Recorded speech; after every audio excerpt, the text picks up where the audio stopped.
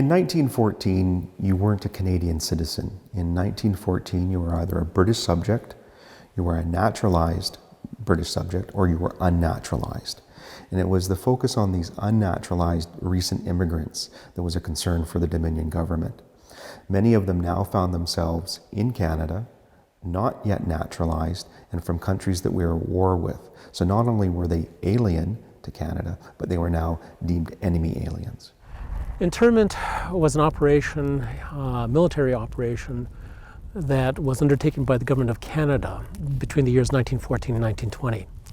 Essentially, some 8,579 so-called enemy aliens were interned in 24 camps across the country.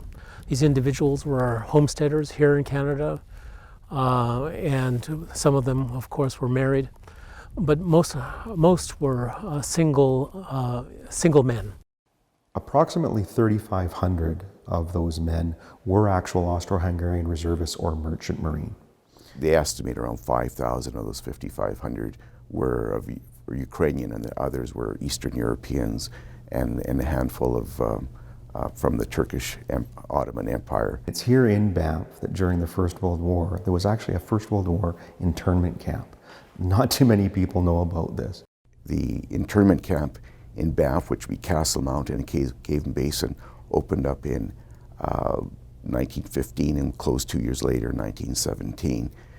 The barracks for the Banff Camp are located just beside the bathing pavilion here at Cave and Basin, down in the tree line beside us here. And these were basic, simple buildings above ground, and there's essentially nothing left. It was a temporary, they were temporary barracks built post on sill. There is a bit of terracing in and amongst the trees where the barracks were located, but 100 years later, the vegetation and trees have grown up and really obscured what was left. The statue is that of an internee. And, we've taken archival photographs. They wore a straw hat, they wore overalls. This is what they looked like. The plaque itself, it's trilingual. It's English, French, and Ukrainian, briefly describing that there was an internment operations, and that was the site of one of the 24 camps across Canada. The statue and bronze plaque were intentionally not placed at the campsite because there would be no artifacts left.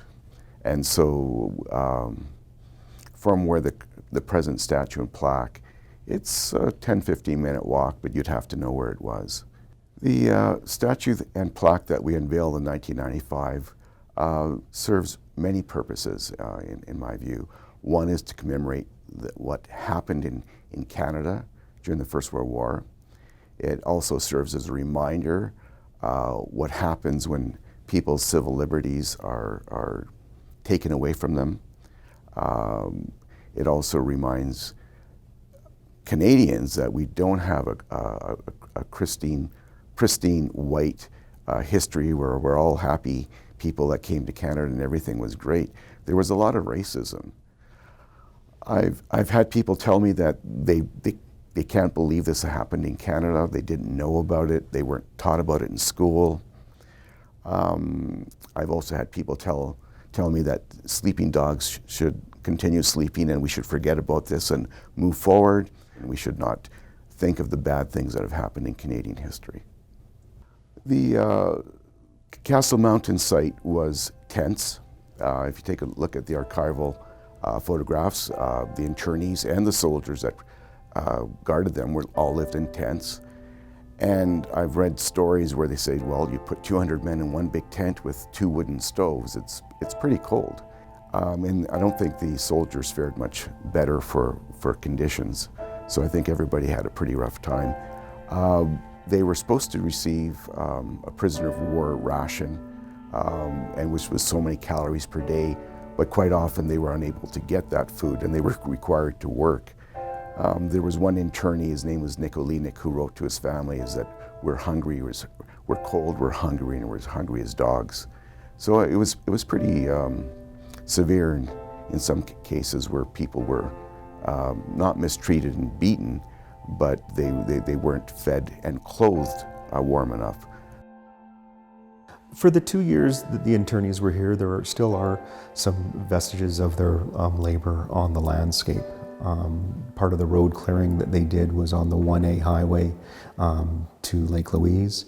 A few of the holes on the Banff Springs golf course were cleared in preparation by the internees. So there's a bit. I mean, the park had been around for quite a few years before, but they definitely did contribute to what we enjoy today. Internment operations followed guidelines as established under the Hague Conventions, the 1899 Hague Conventions, which required ultimately that interning authorities pay these individuals as prisoners of war. So these individuals received a nominal wage of 25 cents a day, which was equivalent to the wage of a soldier, they received this nominal wage for one day's worth of work.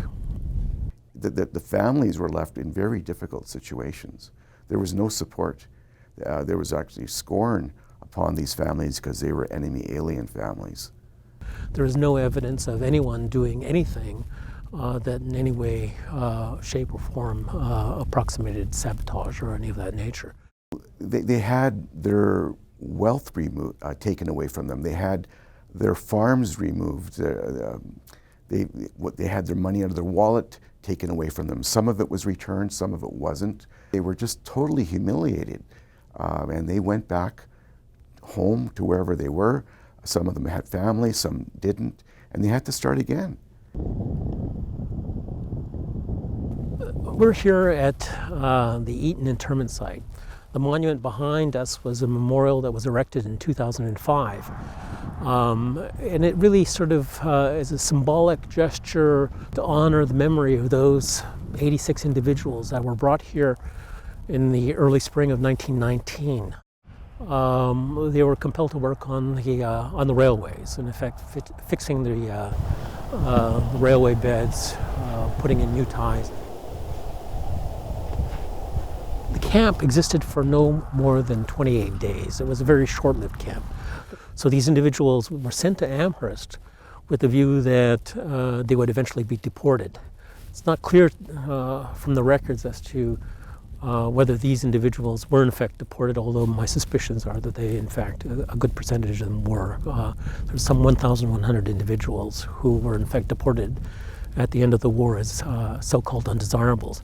The majority of these individuals that were held in 1918 after hostilities were individuals identified by internment authorities as malcontents, individuals in effect who had a gripe with the government of Canada, having spent some 4 years in an internment camp.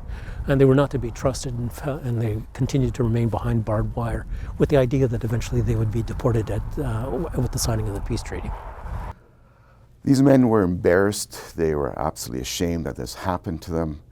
And many of these men never spoke of it to their families. And why I say that they never spoke is because, in old age they would say, "I was interned," and their families would disbelieve them because how could this happen in Canada?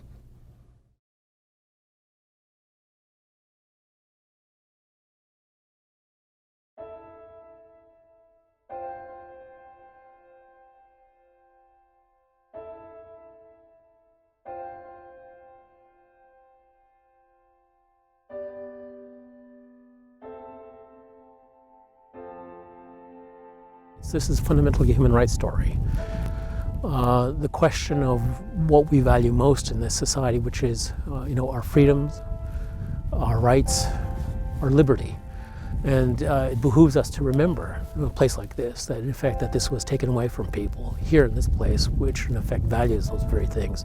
And so in some respects, what we need to always remember is the fragility of human rights, and that we need to be vigilant.